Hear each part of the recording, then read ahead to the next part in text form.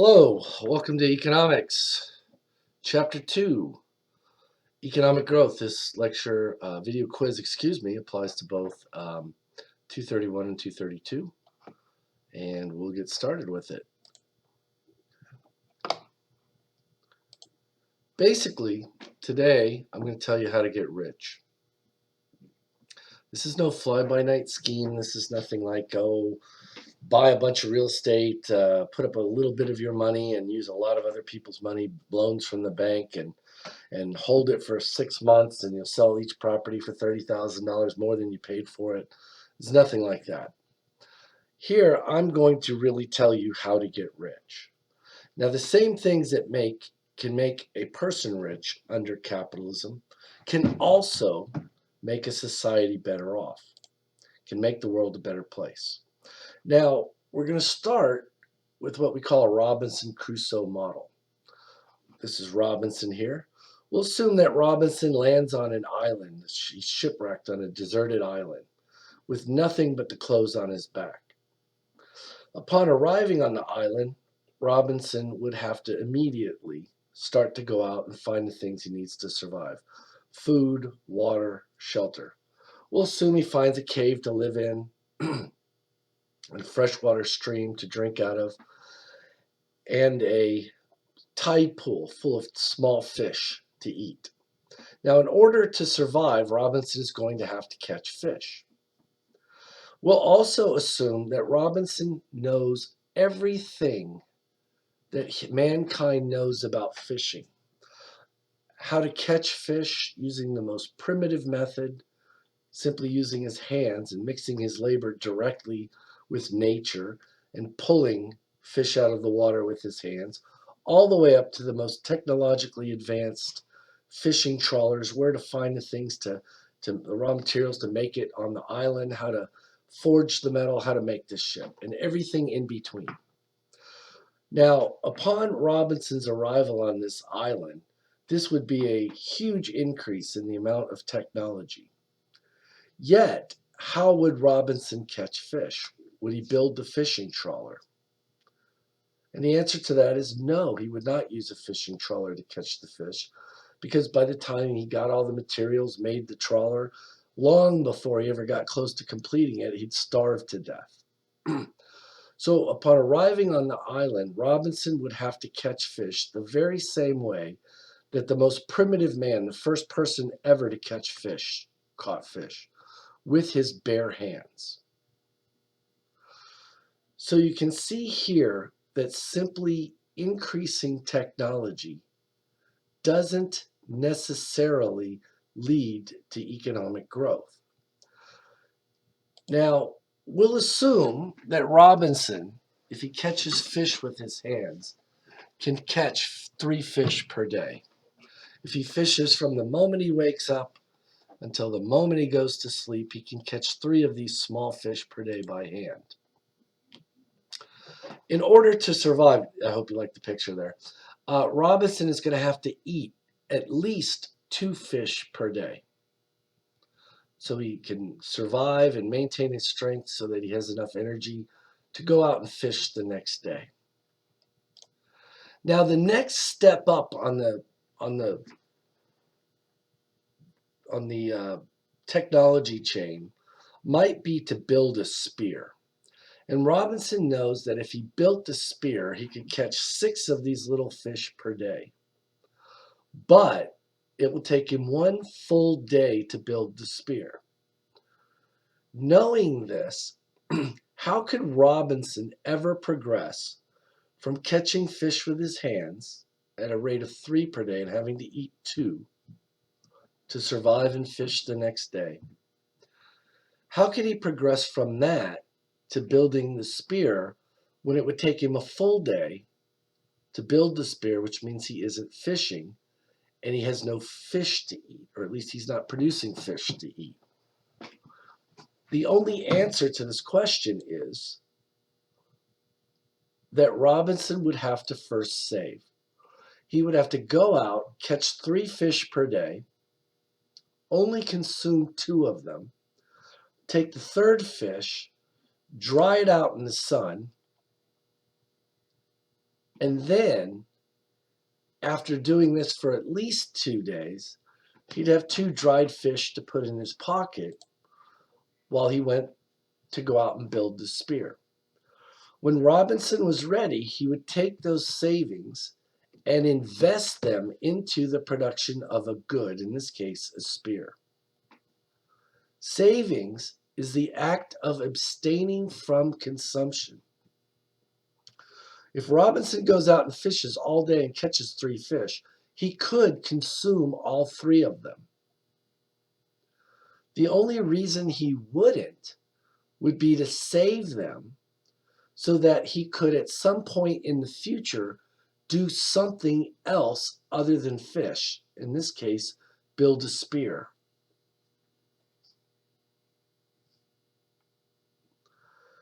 Once he had saved, invested, and built the new capital good, the spear, that would greatly increase his future output of fish from 3 per day to 6 per day. Now, mainstream economics will tell us, and this is something almost all economists agree on, economic growth can, not will, can be caused by any increase in the quantity and or quality of the real factors of production. That would be an increase in the quantity and or quality of land. Now, if you think about that for a minute, it's very difficult to increase the quantity of land. We'd have to discover a new continent or dredge the seabed to pile rocks and land up to build more land.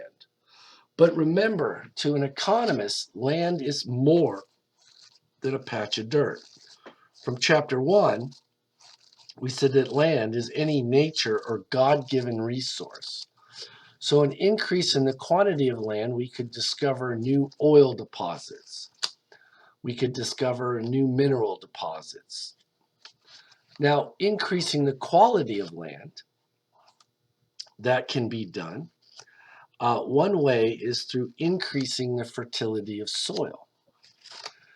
If we go back into the first ancient civilizations, okay, people went from hunting and gathering to agriculture or farming. Now, the problem with farming is that our ancient ancestors engaged in what we call monoculture. They would grow one type of crop on the same piece of land year after year after year. As they would do this, the crops would pull nutrients up out of the soil. And if they weren't replenished, the land would soon become barren. In Europe,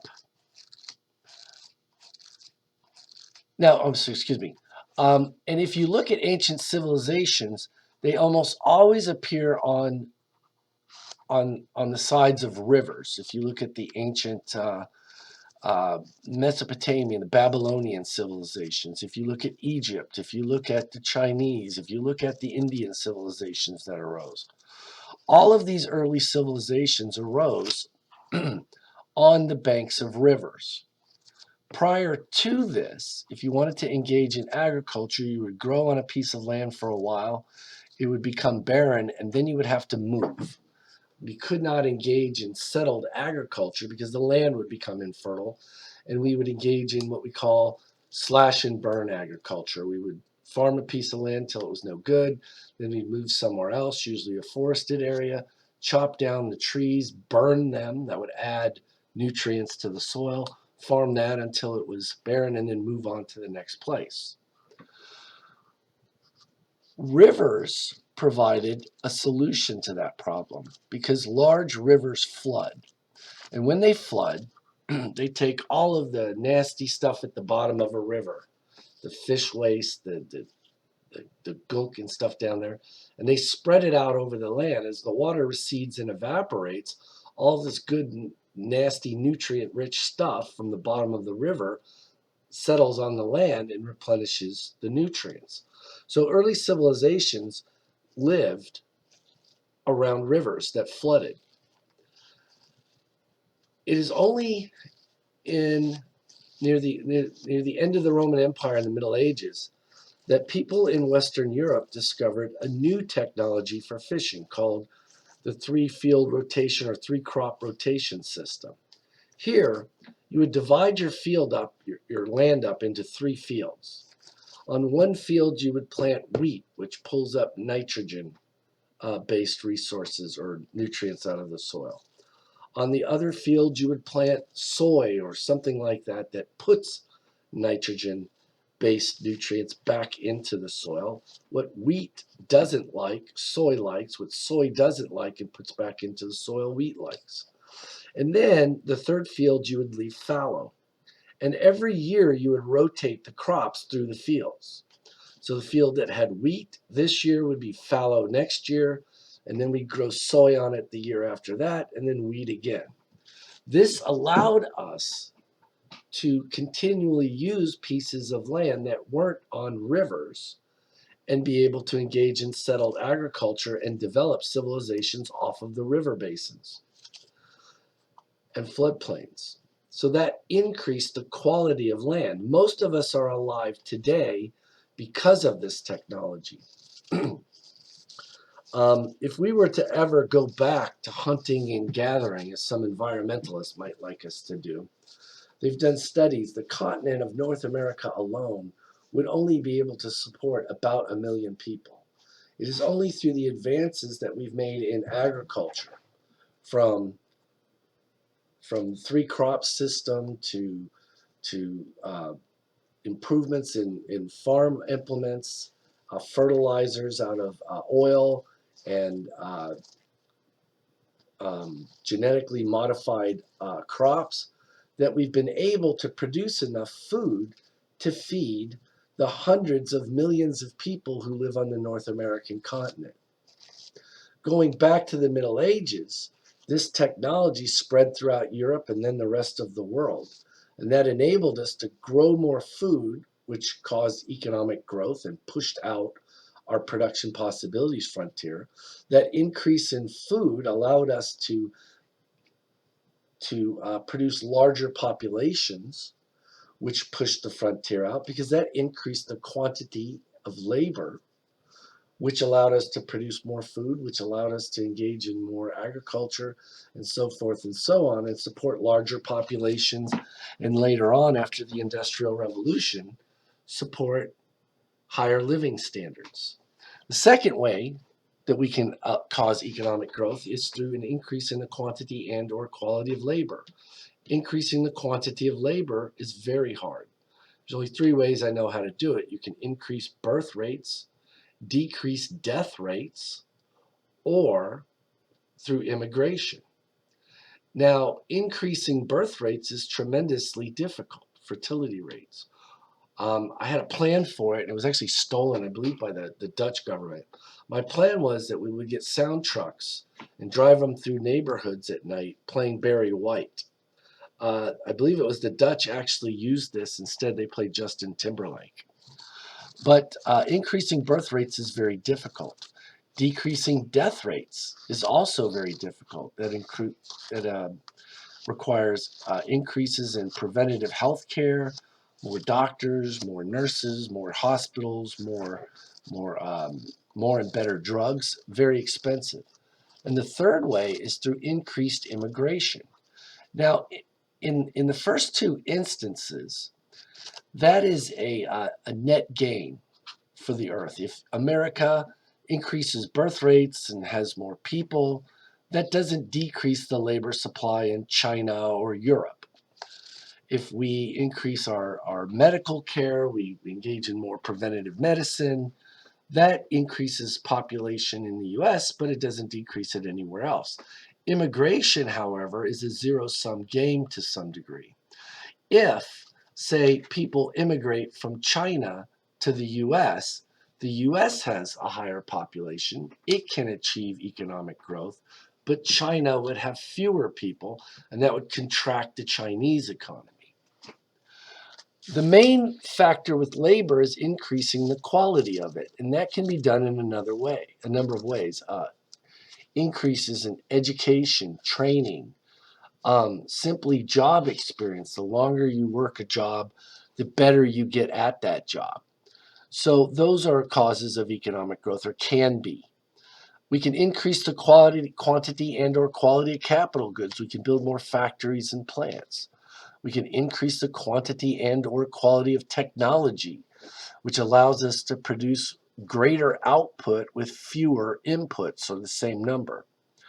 We can increase the quantity and or quality of entrepreneurship. We could do that by going to 100% gold reserve standard, which would decrease distortions in the economic calculations that businessmen use to plan future projects. Increases in the money supply cause errors to be made, and these cause business cycles. We could eliminate these by simply going to 100% gold reserve standard, where gold was money and you couldn't create money out of thin air. We can increase the quantity and or quality of business conditions. We could cut taxes. We could reduce regulations. We could make it easier to start businesses. We could cut out government labor laws. Those types of things could all cause economic growth. The problem is most economists focus only on these factors, which are necessary for growth, but not sufficient. Simply producing more capital goods or improving technology or increasing the labor force, blah, blah, blah, any of those things we just mentioned, isn't sufficient to produce economic growth. And this comes to us from a book called Man, Economy, and State by Murray Rothbard. And in it, Rothbard points out that in a capitalist society, to produce economic growth, to grow the economy, is the same thing as what causes individuals to become better off. And this is how individuals get rich. The same things that cause individuals to get rich in society cause economic growth under capitalism. Now, in order to produce wealth, to make the world a better place, you take things that are worth less and use them to produce something that's worth more to your fellow man. You've created value, you've added value where it wasn't, you've made people better off, you made the world better off, you haven't made anyone worse off. Now, in order for these things to happen, number one, the things produced must be goods. They must be demanded by someone. A good is something that can be used to satisfy human wants or needs. And those wants or needs arise out of imperfections in society. So if we can produce something that can be used by someone to satisfy a want or a goal, we've made the world a better place. We've removed an imperfection in the world from existence. Say someone is cold, we produce a ski suit. They put the ski suit on, warming the air up around their body, that eliminates this need caused by the imperfections in the temperature. So what you produce must be a good. It must be demanded by someone. It must satisfy some human want or need. Now, it could do so directly, like the ski suit in the production of a consumer good, or indirectly, say through the production of a factory that will be used later on to produce ski suits that will satisfy human wants or needs. Number two, the capital or technology or any of those things we mentioned on the last slide must fit into the structure of production. Complementary resources must be available. To give you a simple example, during the Cold War, the Soviet Union and the US knew they had nuclear weapons. They couldn't fight each other, but they hated each other. So instead of fighting each other, the Soviets and the US would recruit proxy states. They would go to little third world countries, say, will you be our buddy? We say, yeah, US, boo Soviet Union, and fight our wars for us. And the Soviets would do the same thing. Now, in order to get these small third world countries to do this, we had to bribe them. We had to offer them something that they wanted. So the Soviet Union was recruiting this very poor, very small country in Africa. And they said, hey, will you be our buddy? We say, yay, Soviet Union, boo US, and go fight our wars for us. And this wasn't an overly attractive option. Third world dictator, he's got his own problems. He doesn't need first world problems to go with his third world problems. So they offered him a solution to some of his third world problems. They said, if you'll do this, we'll build you a state-of-the-art match factory, as technologically advanced as any factory in the West. And the third world, the dictator said, okay, we'll do that. Yay, Soviet Union, boo US, where's my match factory? Now, the Soviet Union did exactly what they promised. They built them a state-of-the-art match factory out in the middle of nowhere where no one lived. Economists periodically go back and do studies, and they looked at this match factory to see how many matches it's produced. To this day, the match factory has never produced one match. In fact, it's only ever had one employee that I know of, and you wouldn't believe what his job is. He's a security guard. They found some guy wandering around out in the desert and said, hey, you want a job? Now, this was a huge increase in the capital goods structure of this country. It was a huge addition of capital goods. But it never produced any economic growth because the complementary resource, in this case of labor, wasn't present to take advantage of that increase in the size of their, an increase in the quantity of capital goods. So this goes to show you that simply producing factories and plants or improving technologies or increasing the number of workers in a country or dropping tax rates won't in and of itself cause economic growth. The third thing that Rothbard says here is that in addition, the benefits of the increased outputs must exceed the opportunity cost of producing them. Now, this is a little hard to understand, so I'm going to give it to you in layman's terms. What you produce with your inputs must be the best possible output you could have produced with them. In a capitalist economy, we bid for the factors of production, our inputs, land, labor, capital goods, etc., on a competitive market. A worker decides he wants or she wants a job.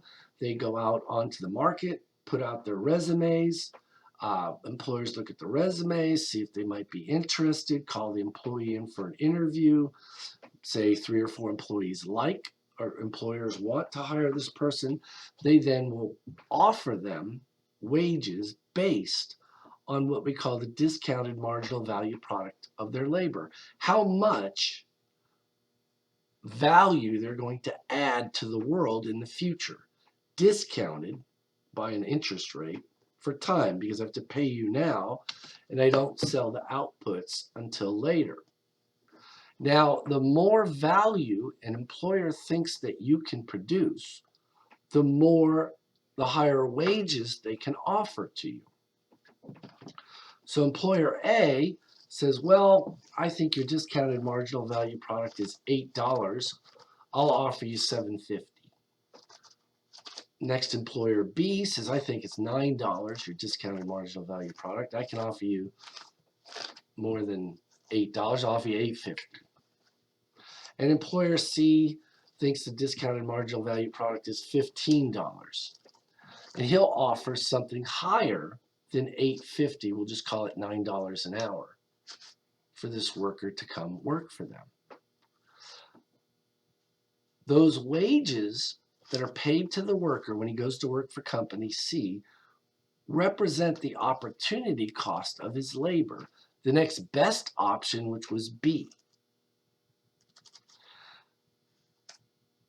If what I produce, say, in an hour is worth as much or more than what the entrepreneur anticipated or expected it to make, he will make a profit. By doing so, he has made the world a better place. He has produced the best possible thing he could have produced. If the worker, on the other hand, instead of producing something worth $15 an hour, only produced something worth $7.50 an hour, that entrepreneur would suffer a loss. And he should, because he's taking things that are worth more. That labor, which was worth $9 an hour at employer B, and used it to produce something that was only worth $7.50. We should have had what employer B was going to use that labor to produce, but instead we got C, which we don't like as much. That businessman would suffer a loss, and he would pay for making the world a worse place. On the other hand, if it was worth $15 an hour, the employer would make a profit, and he would have made the world a better place by taking things we only valued at $9 and turning it into something we valued at $15. So what you produce has to be the best thing that we could have produced with that output in order for wealth to be created and in order for the world to be made a better place. Finally, the fourth thing is that proper judgment must have been used regarding the new output. 1, 2, and 3, these are all in the future. Something may be a good now, but it might not be a good in the future when what we're using now to produce an output is ready to sell. Take cigarettes. Let's say we invested in a cigarette factory. Between now and the 2 years it'll take to build the factory and start getting cigarettes out, let's say that everyone in the world has quit smoking. In that case, the things we produce, while they were a good when we decided to make them, are not a good by the time we sell them. If we could have known this, we never would have started the cigarette factory. And the future in this case is uncertain. Entrepreneurs deal with that uncertainty through judgment. So good judgment must have been used regarding the things we produce. They have to be goods not now, but in the future. Regarding how the factors of production fit into the structure of production. They don't have to have complementary resources available now. Those complementary resources must be available in the future. Say we build a factory here in Gadsden, and then there's a massive flood that wipes the town out. Maybe the factory still survives, but people for 100 miles away leave or are drowned. In that case, while the complementary resource of labor was there when we started the project, they're no longer there in the future when we actually need them to start running the factory. And number 3, and this is the hard part, what you produce doesn't have to be the best thing you could have produced with those inputs now. It has to be the best thing we could have produced in the future. So proper judgment has to be made regarding what things could be made with these inputs in the future and which one of them is the best. Something could be the best now, but not be the best thing we could have produced with those inputs in the future. So the same things that can cause an economy to grow can also make you rich. It's not just enough to save, invest resources into the production of a new capital good or discovering new oil deposits or training workers or increasing technology.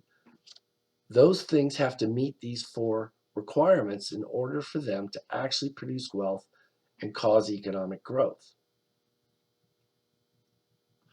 Now, judgment is not something that I can teach you. If it was, I wouldn't teach it. I'd be rich.